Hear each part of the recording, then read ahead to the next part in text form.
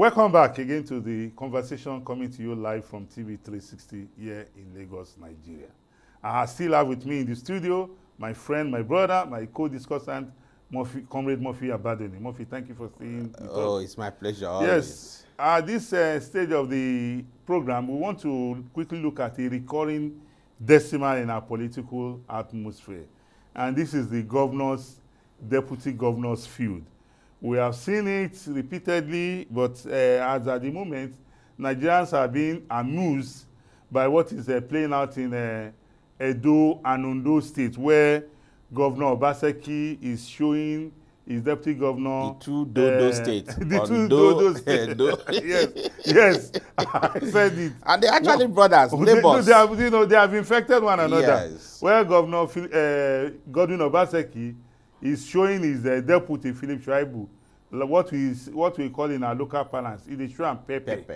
Because we have seen the humiliation, he has subjected him to, It's sad. He sent him out of the deputy governor's office in Government House to one remote office. Mm-hmm. He blocked him from attending state functions. He has even withdrawn some of his aides, like we are made to know. He now, if he needs any communication with the outside world through his office, he has to go through the Ministry of Information, meaning that he's subjecting him, to the control of even the Commissioner for Information. And in neighboring Ondos, even though Philip Shaibu has gone ahead to say, I'm missing my governor. My governor loves me. Oh, and me too, God. I love my governor. We let us remember the old times that we were lovers, Those are my words, not Philip Shaibu was if. Yeah. So it has become one huge joke. Oh, and in Ondo State, we have also seen the feud between Governor Rotimi Akeredolu SAN and his deputy, Lucky Ayedatiwa. And unfortunately, unlike Edo, in Ondo State, an impeachment proceedings has commenced against the deputy governor. And for me, as a keen political watcher, I was surprised when the deputy governor rushed to court. He went to court, yeah. And obtained, is it an injunction? Interlocutory injunction stopping the impeachment process. And for me, I think this matter about the right to impeachment has been settled in law. Yeah. That no arm of government can stop another arm of government from performing its constitutional responsibility. Yeah. So I don't know why those courts, whether it is true, because a lot of times in our political space, one has developed to the extent that if I hear that a judgment has been given in a court, until I see a certified true copy of the judgment, I don't run with it, even though the media reports it, honestly. Because people are fond of mischief. The issue about the LP national chairman issue, where the issue about Julius Aberi, the court judgment, reversing his suspension. Yes, I've seen it severally where we have conflicting court pronouncements. It's not even about conflicting pronouncement. The court reversed his suspension by the party at the word. Yes. Only for a section of the media to come on and publish that the court has removed his suspension and affirm him as the national chairman, which was not the truth. That's until true. We had this judgment by the Court of Appeal recently affirming Lamidi Apapa as the authentic chairman of the LP. So for me, I don't run again with any stories I read in the news, in the medium, especially via the social media. And sadly, I must say this: even the traditional media is falling, is falling for the pranks of the social media. Yeah, because some of the traditional media guys these days are just so lazy that rather than go to work, they go to the social media to copy informations, copy news, without authenticating the source of those news. So the drama in Edo and Ondo is one that shows clearly that there's a need for us to have... It's worrisome. It's very worrisome, I read and I watched particularly the deputy governor of Edo talk, and I wept. I say, what a people! What kind of people are we? Does this person still understand that he is the deputy governor of a state? Does this person still understand that he represents a people? There are people who believes in him. There are those who call him leader. There are those who see him as their role model. There are those who aspire after him. There are those who are from his own community, from his own part of Edo, who would have voted for Godwin. And I'm sure you are from Edo, Murphy. No, I'm from Delta. Oh. It's a sister. It's a sister. State. They have not infected your state yet. No, you know. There are those from his Edo, Isako, that is the Edo North. Okay. Who would have voted for Obaseki simply because of their son. Of somebody they admire. Of somebody that is their son, that is going to go along with him as the deputy governor. Yeah. So all of a sudden, you throw all that into the bin, and you have turned yourself into an houseboy, if I have to use that word. Into a laughing stock. I love my governor. You can see that my Catholic people are here. Come on.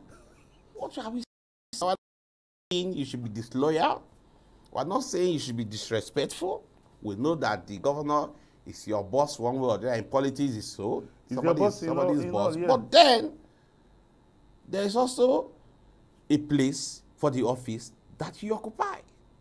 Absolutely. That office that you occupy is recognized by law. Yes, I agree.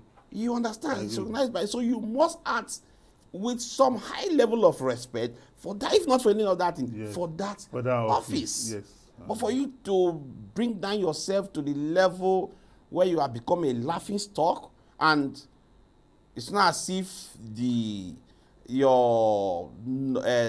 recent caricature that you have made of yourself has yielded any positive results. The more you bring down yourself, the more the man is frustrating you. And you know, he also said that if he has offended the governor should. You know what you have done now. The governor say, "I'm not supporting your governorship ambition." And but that is where I have a problem with the Godwin Obaseki himself. The man that is your deputy governor has a right to aspire. Yes, I agreed. He has a right. He has a constitutional right to aspire. All you need to do is not to give him your support, but to compel him. Yes. This is where I'm having problem with you. No, we must all condemn that. What are the reasons behind? The reasons behind all this? Governor Obaseki is of the opinion that governorship is zoned. Should we go to Edo Central? You know, Nigeria, they have this unconstitutional zoning that they do. Yes, you know, that's how the political firmament works. Even now, himself is from Edo South, the Benin part of it. Yes. Tribal is from North. Edo North, yes. So, in their calculation, it is the turn of the Edo Central, which is the Asian people. Yes. The Asian people to rule. Yeah. But that does not stop anybody from anywhere. Of course, because it's the generality of the people that will decide. Exactly. And even the party will also hold its primary. Decide. So you must allow him to exercise his constitutional rights. Then probably work at. Well, a friend of mine contested the election, and he lost. Contested for House of Assembly, and he lost. So one day I was talking with him. I said, "What of that your friend that two of you were in London together?" He said, "I should not mind that wicked boy. That when he contested election, the boy walked against him." I said, well, he told me that he gave you money." He said, "Yes, bros. God, they are my responsible boy." He said, "Yes, when I was contesting the election, he gave me 500,000 to support my destiny, but he worked against me as well." So that is politics. He gave you money as a friend to support you, but he worked against you. So what I'm saying is that allow him to exercise his constitutional rights. Then, as a leader of the party, the governor is automatically a leader of the party in the state. Yeah. You can use the instrumentality of that position to work against him, not succeeding, not having the ticket. But Murphy, in Ondo State, according to the political calculation now, the governorship is supposed to go to the Ondo South, of which the deputy governor is from. Can we? What will we now label, or what can we identify as being responsible for the governor and his deputy field? Is it political disloyalty, Or is it that the governor does not want him, even though it's from the south, that the governor wants somebody else? It goes beyond just coming from that zone where it is zoned to. It is zoned to. It can be zoned to area if the governor does not want you there, he still work against you. Or the political gods. Yes, if they don't want you, they can still work against you. Mm.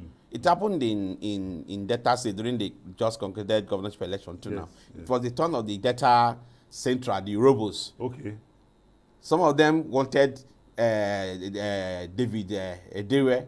Okay. The then incumbent governor, Dr. Okowa, wanted Sheriff. Sheriff, yeah. And there was a very strong battle, which almost tore the party apart. But as the incumbent governor, he succeeded now. They had the power, so he succeeded, and he brought in Sheriff. That does not mean that both Sheriff and David were from that same central. So the deputy governor of Ondo State may have come from the central. But don't forget, recently, the governor himself had been in and out. Yes. Of the country for medical reasons. Medical reasons, yes. And I'm sure in between this period and these happenings, he was also listening to side talk, because there were those who were also feeding him with information that the deputy governor is no longer a lawyer. Yes, they were feeding with information. Yes, there were those, I agree with you. Yeah, who just want to be in the governor's good books. Yes, absolutely, I agree with you. So I agree with you.